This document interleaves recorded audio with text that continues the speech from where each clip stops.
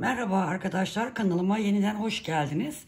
Bugün yine güzel bir bebek yeleği çalışması yapacağız birlikte. Hem kız hem erkek bebekler için olabilecek güzel bir yelek çalışması yapacağız. Şişim 3,5 numara arkadaşlar. Pardon, 3,5 mu? 3'tü. 3,5 numara arkadaşlar. İpim Etrafil Baby Can.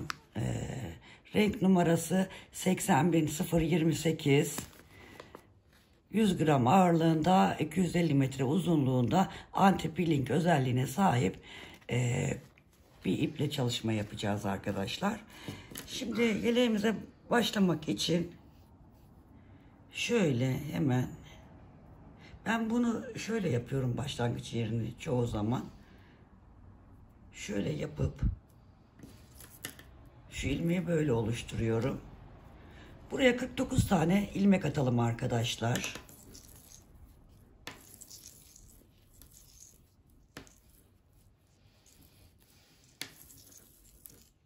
1, 2, 3, 4, 5, 6, 7, 8, 9, 10, 11, 12, 13, 14,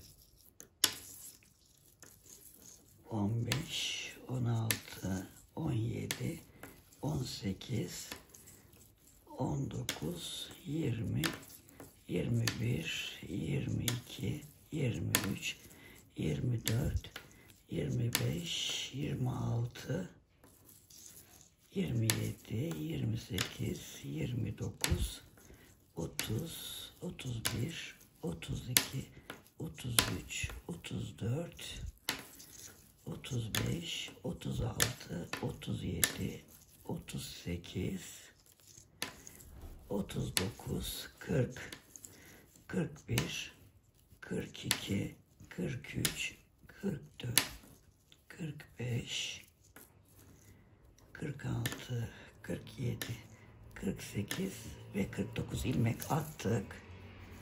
İlmeklerimizi sabitleyelim.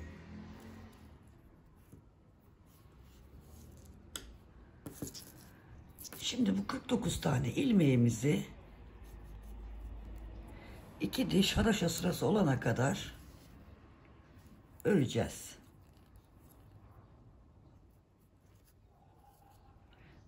Haroşaları ben düzden yapıyorum arkadaşlar.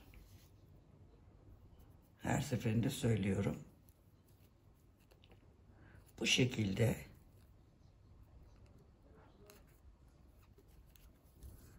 haroşa örgümüzü yaparak 2 diş haroşa sırası oluşturalım.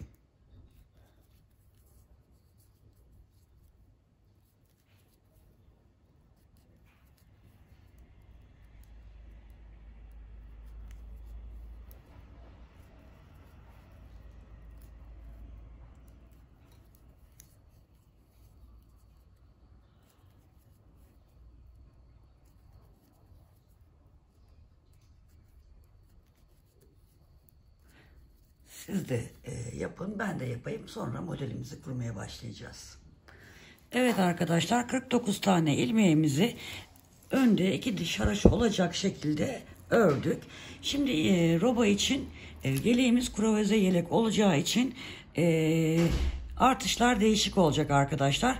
Burada önler için birer ilmekle devam edeceğiz. Kenarlarından birer birer artırma yaparak her iki kenarından önü o şekilde genişleteceğiz. Şimdi örgümüz boyunca önde, yani sağda ve solda her iki tarafta 3'er ilmeğimiz her zaman kenar patımız olarak devam edecek.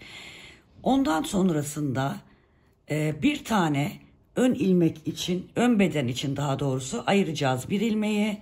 Sonra 2 ilmeği roba artırma ilmeklerimiz oluyor ya, ortada giden çubuklarımız, onun için ayırıyoruz. Kol için 7 ilmek ayırıyoruz. Yine burada 2 tane ilmeği roba artışı için ayırıyoruz. Bunun her iki kenarından artırma yapacağız. 19 tane ilmeğimiz arka için. Burada yine 2 ilmeğimiz roba için. 7 ilmek kol için. 2 ilmek yine buradan roba için. Sonra 1 ilmek düz için. Burada 3 ilmek de yine kenar patı olarak ayırdım. İşaretleyiciler koydum çünkü biraz değişik bu ön artırmalar, kafanız karışmasın diye. Siz de işaretleyici koyarsanız daha rahat olur. Bir müddet ördükten sonra işaretleyicileri çıkarabilirsiniz. Artırmaların nerede olduğunu görebilirsiniz. Şimdi 3 tane ilmeğimi haroşa olarak ördüm arkadaşlar. Sonra bir tane gizli artırma yapıyorum. Ayracımı buraya geçiriyorum. Aslında geçirdikten sonra yaparsam daha ayracı geçirelim. Sonraki sırada kolaylık olsun. Geçirdikten sonra bir tane artırma yaptım arkadaşlar. Sonra bir ilmek daha haroşa ördüm. Sonra bir tane daha burada artırdım. Gizli artırma yapıyoruz arkadaşlar. İşaretleyicimi geçirdikten sonra 2 tane haroşamızı örüyoruz. Roba kısmımız, söylemedim, tamamen haroşadan oluşacak arkadaşlar. 2 taneyi ördükten sonra işaretleyicimi geçirdim. Tekrar kol için artırmamı yaptım. 7 tane haroşamı ördüm. Buralar zaten her zaman yaptığımız gibi, fakat şurada şaşırabilirsiniz diye oralardan dolayı işaretleyici koymakta fayda var arkadaşlar. Şimdi 7 tane haroşayı ördükten sonra işaretleyicimi bu tarafa geçiriyorum ve bir tane artırma yapıp, pardon, kol için farklı.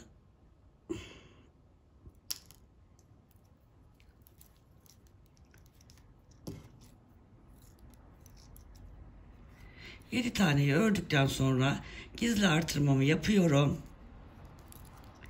Ve işaretleyicimi geçirip 2 tane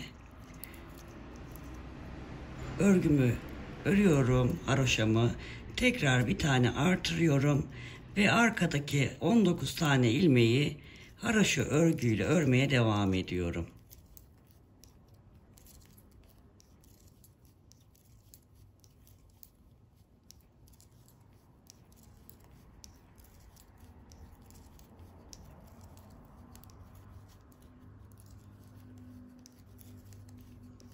Örgümüzün robası boyunca önde ve arkada ilmeklerimiz haroşa örgü olarak ilerleyecek. Arkadaki ilmek 19 ilmeği ördükten sonra yine buraya bir gizli artırma yapıyoruz. Aradaki roba için ayırdığımız 2 ilmeği yine haroşa olarak örüyoruz. Yanına tekrar bir artırma yapıyoruz.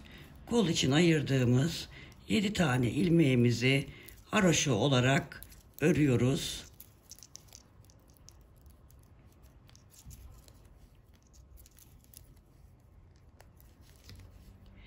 Ve yine burada bir artırma daha yapıyoruz. Roba için 2 ilmeğimizi örüyoruz. Burada bir gizli artırma yapıyoruz. Bu bizim ön için ayırdığımız, diğer taraftaki diğer önümüz için ayırdığımız bir ilmek. Bunu da haroşa olarak örüyorum. Yanına bir gizli artırma yapıyorum ve kenar patı için ayırdığım son 3 ilmeği yine haroşa örgü olarak örüyorum. Arkada bütün ilmeklerimizi, bütün gördüklerimizi haroşa olarak örelim. Hiçbir artırma yapmadan tekrar ön yüzde birlikte devam edelim. Evet, arkada bütün ilmeklerimizi haroşa olarak ördük. Şimdi yine ön tarafa geldik. Burada yine aynı şekilde artırmalarımızı devam ettireceğiz. Ama ben tekrar göstereyim. 3 ilmek kenar haroşası olarak ördük. İşaretleyicimizi bu tarafa geçirdik. Bakın, bir önceki sırada ön için ayırdığımız bir ilmek 3 ilmek oldu. Bu şekilde ilmeklerimiz kenarlardan artacağı için ön beden için ilmeklerimiz de çoğalacak. Yaptıkça daha iyi, gözle görülünce daha iyi anlayacaksınız. Tekrar Yani bu işaretleyicilerin sağından ve solundan artırma yaparak örgümüzü, robamızı örmeye devam edeceğiz.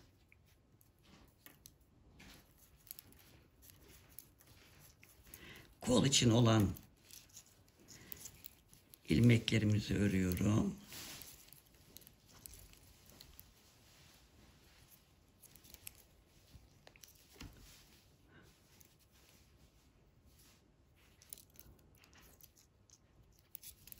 Aradaki 2 ilmeğimi örüyorum.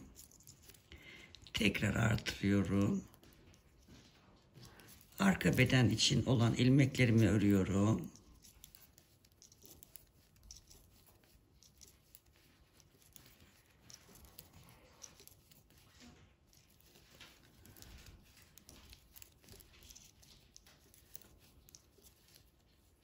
Haraşo ördüğüm için hızlı örüyorum arkadaşlar. Bazen yorumlarda çok hızlı örüyorsunuz deniliyor ama aynı şeyi ördüğümüz için artık haraşoyla düz örgüyü örerken hızlı örüyorum. Yani onu da çok yavaş yavaş örmeye gerek yok. Şimdi tekrar burada bir artırma yapıyorum. İşaretleyicimi geçiriyorum. 2 tane ortadaki roba için ayırdığımız 2 ilmeği haraşo olarak örüyorum. Tekrar bir artırıyorum. Kol için olan ilmeklerimi örüyorum.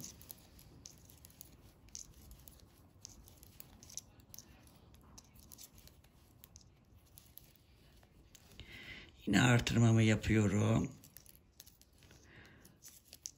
2 tane ilmeğimi örüyorum. Burada bakın ön için 3 tane ilmek oluştu bir önceki sırada artırmalarımızla. Şimdi bu artırmalarımızla 1 ilmek 3 oldu. Şimdi bu artırmamızla 5 ilmek oldu.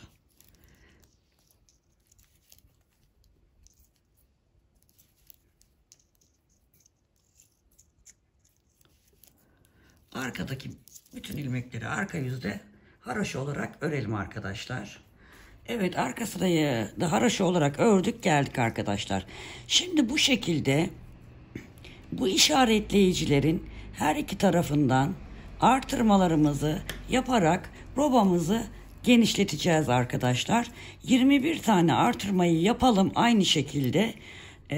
Sonra birlikte tekrar devam edeceğiz. Şimdi mesela şurada tekrar göstereyim. Şuralar zaten her zaman yaptığımız gibi. Yine 3 tane kenar ilmeğimizi ördükten sonra burada artırıyoruz gene. Bakın hemen işaretleyicinin yanında. Ön için ilmeklerimiz 5'e çıkmıştı. Şimdi şu anda yaptığımız artırmayla 7'ye çıkacak arkadaşlar. Şurası bizim şöyle ön parçamız.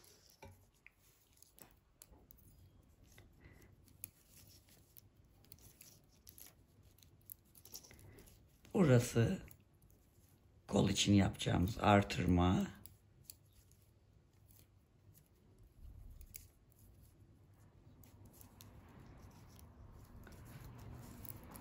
Kol ilmeklerimiz.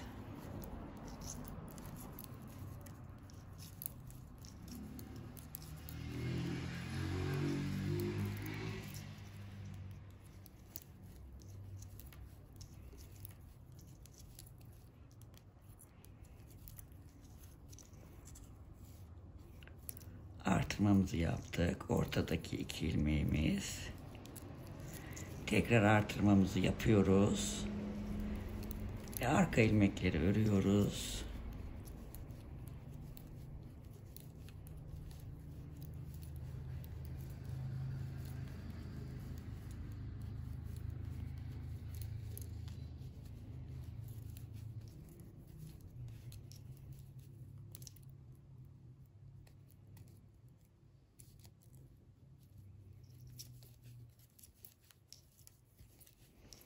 Üçüncü artırmamızı yapmış oluyoruz böylece.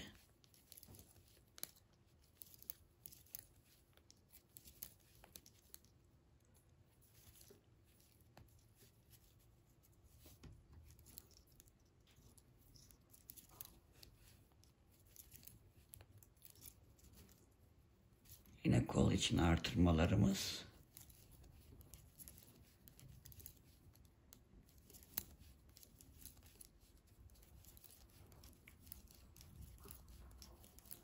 Dediğim gibi işaretleyicileri koyarsanız karıştırmazsınız. Yine kol için artırdım. Şimdi burada 2 tane roba için olan ilmeğimi ördüm. Bakın burası benim ön ilmeklerim. 5 tane olmuş. Şimdi bu yaptığıma 7 tane olacak. Yani bir ilmekle başladık. Mesela hani her zaman işte 14, 13, 15, 16 öne ilmek ayırıyorduk ya. Bu sefer bir ayırdık. Yine sağından solundan artırma yapıyoruz. Şöyle kenardaki 3 ilmeğimizi de ördük. Arkayı da haraşo olarak öreceğiz. Ve örmeye devam edeceğiz. 21 tane artırmamız olana kadar örmeye devam edelim sevgili arkadaşlar. Evet arkadaşlar, 21 tane artırmamızı yaptık. 21. artırmayı ön yüzde yaptım. Ve şu anda örgümün arka yüzündeyim. Burada kollarımız için artık bir işlem uygulayacağız. Onun için hemen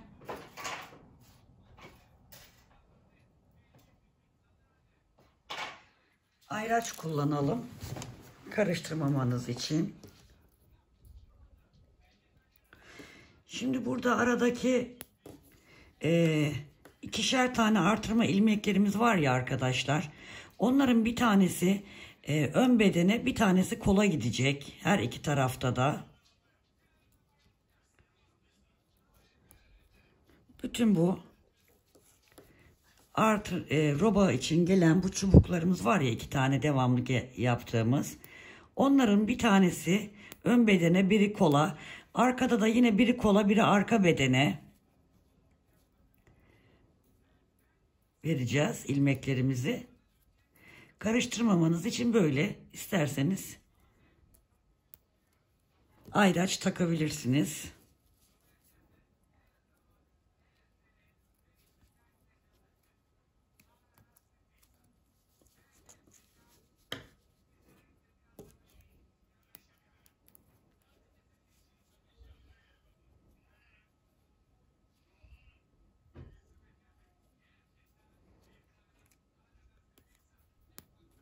Şurada artırma yapmamışım. Şimdi arkadaşlar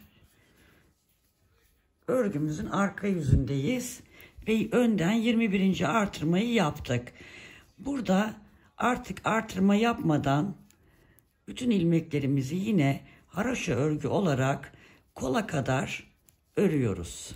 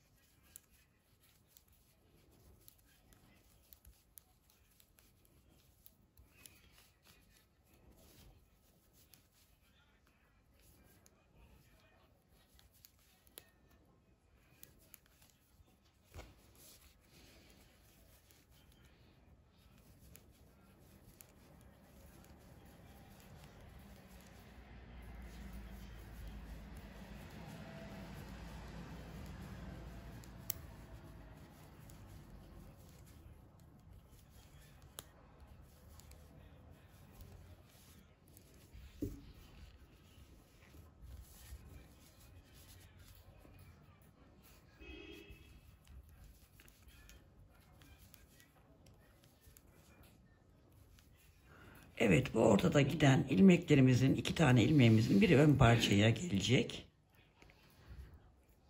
İşaretleyicimizi koyalım. Bir tanesi arka parçaya gelecek arkadaşlar.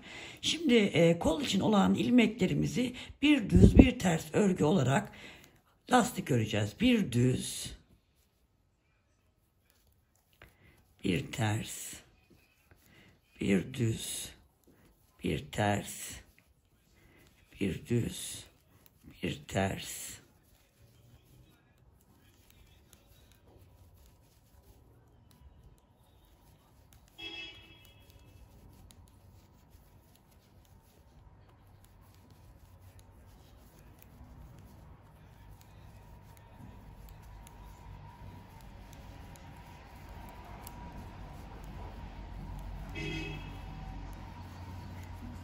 Diğer kola da aynı işlemi yapacağız arkadaşlar.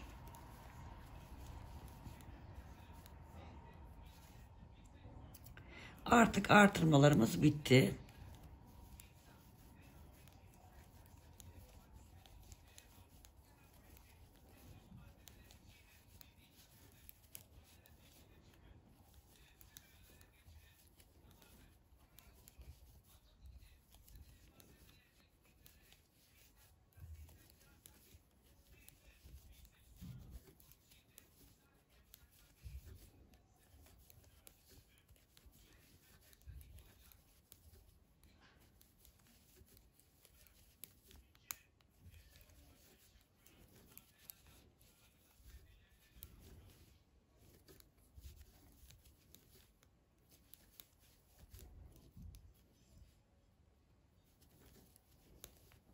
Evet. Kol için ilmeklerimizi bir düz bir ters olarak ördük. Şimdi arkadaki bütün ilmeklerimizi haraşo olarak örelim arkadaşlar. Arka beden için diğer kol kısmına gelinceye kadar bütün ilmeklerimizi haraşo örgü olarak örelim. Evet, arka ilmeklerimizi haraşo örgü olarak ördük. Şimdi diğer kola geldik. Yine bir düz, bir ters, bir düz, bir ters şeklinde bu kolumuzu da örelim işaretli yere kadar. Sonrasında diğer ön parçayı arkadaşlar haraşo örgü olarak örelim. Sıra başına gelelim. Evet, kollarımıza bir ters bir düz lastik uygulayarak ön yüze geldik. Şimdi bu ön yüzde ilik açacağız arkadaşlar. Bunun için de 1, 2, 3 tane haraşoyu örüyorum. Bir doluyorum arkadaşlar. Bu 2 ilmeği keserek tek ilmeğe düşürüyorum ve ilk iliğimizi açmış oluyoruz. Şimdi sıra sonuna kadar ilmekleri gördüğümüz gibi örelim. Sıra sonunda da bir ilmek açacağız. Oraya kadar öreyim. Kolları bir ters bir düz, önler ve arka haraşo olarak örelim. Sona doğru geldiğimizde diğer iliği de birlikte açalım. Evet, sona doğru geldik. Sonda 4 tane ilmek bıraktık. Şimdi bir doluyoruz. Yine buradaki 2 ilmeği kesiyoruz. Ve yanındaki 2 ilmeğimizi haraşo örgü olarak örüyoruz. Sondaki ilmeğimizi de oluşturmuş olduk. Şimdi arkada ilmekleri gördüğümüz gibi öreceğiz. Artırmalarda ters örgü olarak olacak. Şurada hemen göstereyim baştakini. Evet, bakın şöyle. Burada iliğimiz oluştu. Şimdi ilmeklerimizi gördüğümüz gibi örelim. Önler, arka ve diğer ön haroşa, kollar bir ters bir düz örgü olarak örelim. Tekrar sıra başına gelelim, birlikte devam edelim. Evet, arkayı ördük arkadaşlar, geldik. Öndeki bütün ilmeklerimi haroşa olarak ördüm. Burada kol için olan ilmeklerime geldim. Şimdi artık kesim işlemine başlayacağız. Şimdi bir ters örüyorum. Bir düz örüyorum. İlk ördüğümü son ördüğümün üzerinden geçiyorum. Ters örüyorum.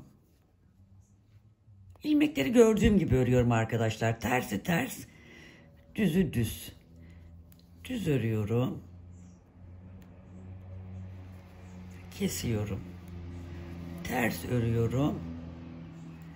Kesiyorum. Düz örüyorum. Kesiyorum. Ters örüyorum. Kesiyorum. Düz örüyorum. Kesiyorum. Ters örüyorum. Kesiyorum. İlmeklerimizi buraya arka ilmeklere gelinceye kadar bu şekilde keselim arkadaşlar. Evet. Son ilmeğimizi kesiyoruz. Şu işaretleyicimizi çıkarıyoruz artık. Bu son kalan ilmeğimizi de bu şişimize takıp şöyle şuradan alıyoruz ve ikisini bir haroşa örgü olarak örüyoruz. Ve arkadaki 63 tane ilmeğimiz. Haroşa örgü olarak örüyoruz. Hep örelim arkadaşlar. Evet, arka ilmeklerimiz 63 taneydi. Onu sonuncusunu ördüm. Ayrıca da çıkaralım. Şimdi kol ilmeklerine geldik. Ters örgü var. Düz örgü var. Kesiyorum. Ters örüyorum.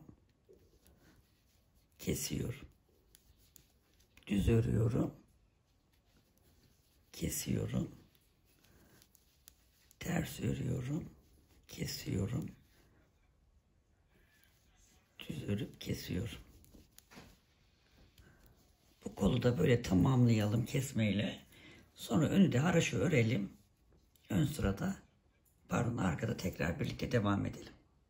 Evet arkadaşlar, kol için kesimlerimizi yaptık. Şöyle bir bakalım.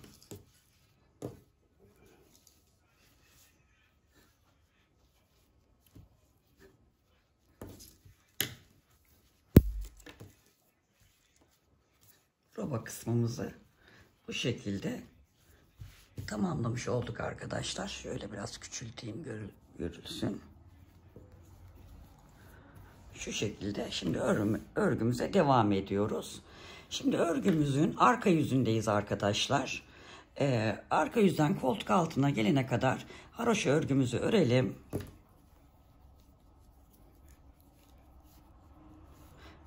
Önlerde 47 ilmek, arkada 63 ilmeğimiz var arkadaşlar.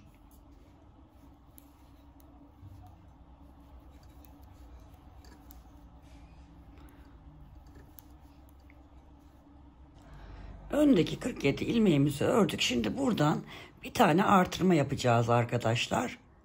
Onu da şuradan alıyoruz.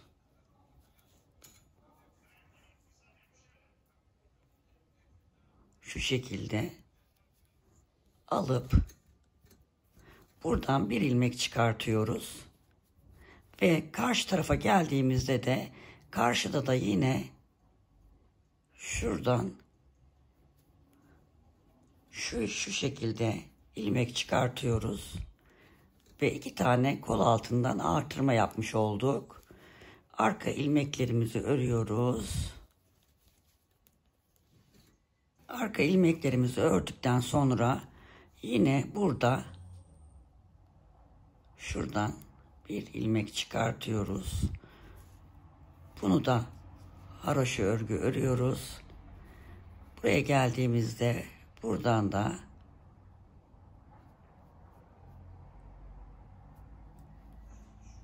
bir ilmek çıkartıyoruz ve onu da örüyoruz ve diğer önde bulunan ilmeklerimizi haroşa örgü örerek devam ediyoruz.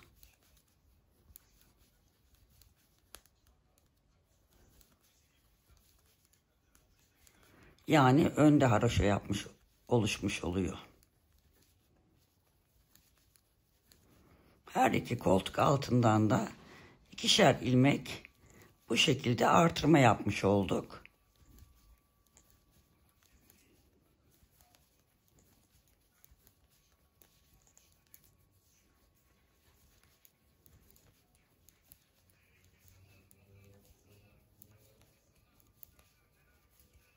Örgümüzün arka yüzündeydik, pardon.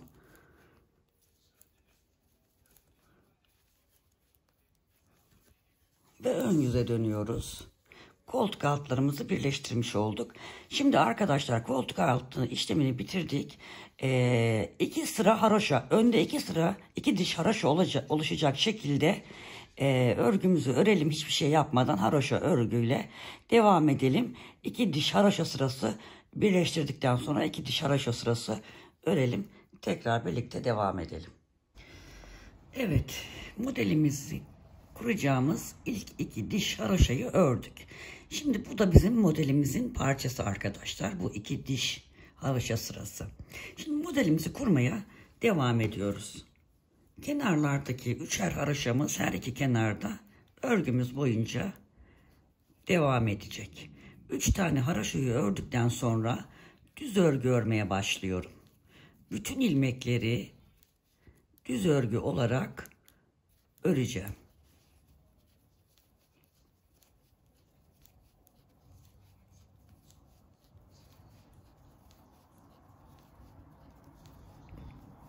Sıra sonuna kadar ilmeklerimizi düz örgü öreceğim. Arkasında ters örgü öreceğim ve bir sıra düz örüp arkaya geleceğim. Arkada birlikte tekrar devam edeceğiz. Evet, 3 sıra haraşamız 3 sıra düzümüzü ördük. Bir düz ördük, ters ördük, düz ördük ve örgümüzün arka yüzündeyiz. Şimdi burada pirinç örgü örmeye başlayacağız. Yine 3 tane haraşamızı örüyoruz. Sonra bir ters, bir düz, bir ters, bir düz, bir ters, bir düz şeklinde bütün ilmeklerimizi pirinç örgü örmeye başlıyoruz.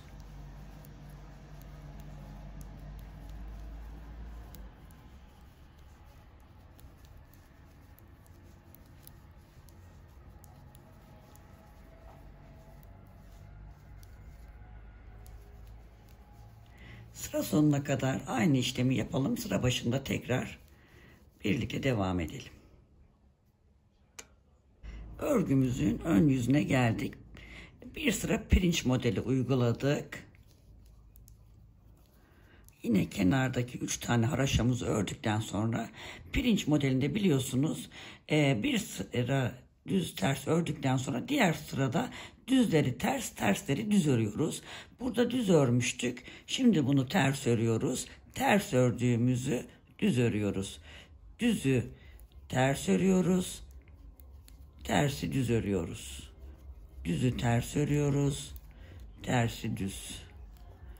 Düzü ters. Tersi düz.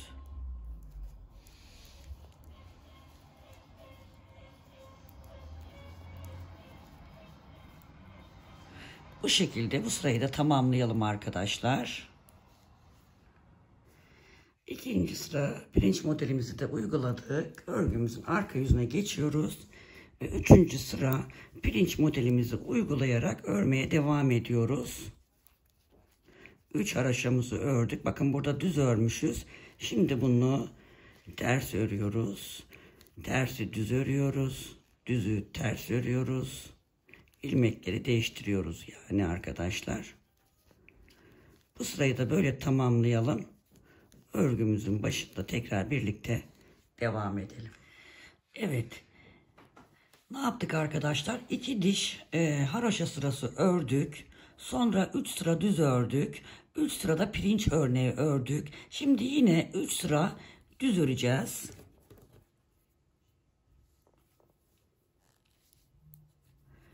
Kenar haroşalarımızı ördükten sonra bütün ilmeklerimizi artık bu sırada düz örüyoruz.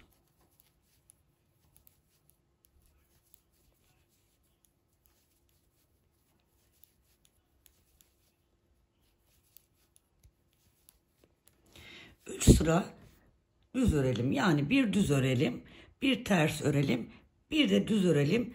Arka tarafta tekrar devam edelim. Evet arkadaşlar, gördüğünüz gibi işten çıkmasın. Yeleğimizin modelini kurmaya başladık. Bir modelimizi oluşturduk bile. Şimdi ne yapacağız? Örgümüzün arka yüzündeyiz. 2 diş haroşa sırası oluşturacağız. Önde 2 diş haroşa sırası oluşturacağız.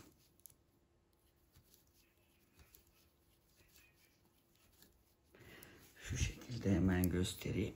Şimdi bu bir diş haroşa sıramız arkadaşlar. Şimdi şuradan modeli kurarken 2 diş haroşa sırasıyla başladık. Ve 3 sıra düz ördük. 3 sıra pirinç modeli uyguladık. 3 sıra düz ördük. Ve tekrar burada 2 diş haroşa sırası ördüğümüz yere geldik. Yani şuraları sürekli tekrarlayacağız. 2 diş haraşo sırası öreceğiz. 3 sıra düz öreceğiz. 3 sıra pirinç uygulayacağız. 3 sıra düz öreceğiz. Ve 2 diş haraşo sırası öreceğiz. Bu şekilde örgümüz istediğimiz uzunluğa gelene kadar bu modeli uygulayacağız arkadaşlar. Ben öreyim, ne kadar öreceğimizi size tekrar söyleyeceğim. Evet. Bedenimizi de bitirmiş olduk arkadaşlar. Şöyle bir düzeltelim. Bakalım beraber. Şu şekilde. Eleğimiz hemen hemen bitti. Alt kısmını yapacağız. Ne kadar ördük arkadaşlar? Şu haroşalardan sayalım veya örnekleri sayalım. 1, 2, 3, 4, 5, 6 tane örnek uyguladım. 1, 2, 3, 4, 5, 6. haroşayı yaptım. Şu anda haroşayı yaptıktan sonra bir sıra düz ördüm, geldim. Örgümün arka yüzündeyim. Burada artık şu kollarda yaptığımız gibi lastik yapacağız. Hemen onu birkaç tane göstereyim. 3 tane haroşamızı ördük. Ondan sonra bir ters, bir düz, bir ters, bir düz, bir ters, bir düz şeklinde sıramızı tamamlayacağız. Bunu 1-2 sıra örelim. Aynı koldaki ördüğümüz gibi aynı sayılarda örelim ve keserek bitirelim. Kesmeyi de kolda gösterdiğim gibi yapın arkadaşlar. Ayrıca yeniden göstermeyeyim, video uzamasın. Bu şekilde bu kadar ördükten sonra kesimi de kolda gösterdiğim şekilde yapalım. Sonra bu ipleri saklayalım. Düğmeleri de dikeyim. Bitmişini göstereyim size arkadaşlar. Evet arkadaşlar, kesimleri yaptım. Etek kesimlerini yaptım. Düğmelerimi diktim. İplerimi sakladım. Yeleğimizi bu şekilde bitirmiş olduk. Yeleğimiz 1,5-2 yaşa kadar uygun bir yelek çalışması oldu arkadaşlar. Bayağı büyükçe bir yelek oldu. Benim ipim biraz kalındı. Bir tık ince iple yaparsanız 1 yaşa kadar olur diye düşünüyorum. Benim ipim dediğim gibi biraz tok bir ipti. Şöyle baktığımızda arkasından da bakalım. Kuru ve bir yelek çalışması yaptık arkadaşlar. Yapacak arkadaşlara kolay gelsin diyorum. Bir sonraki videoda görüşmek üzere. Hoşça kalın, sevgiyle kalın arkadaşlar. Bu arada şuradaki iliği 2 tane ilik açtım. 2 tane düğme diktim arkadaşlar. Bunu böyle gizli düğme diktim buraya. Şurada da çift gözüksün diye siz de öyle dikebilirsiniz. Ya da buraya da bir ilik açılabilirdi aslında. Tam ölçüyü aslında bilseydik onu da yapabilirdik. Ama dediğim gibi ilk defa ben de burada sizinle beraber ördüm. Tekrar yapacak arkadaşlara kolay gelsin diyorum. Bir sonraki videoda görüşmek üzere. Sevgiyle kalın, hoşça kalın arkadaşlar.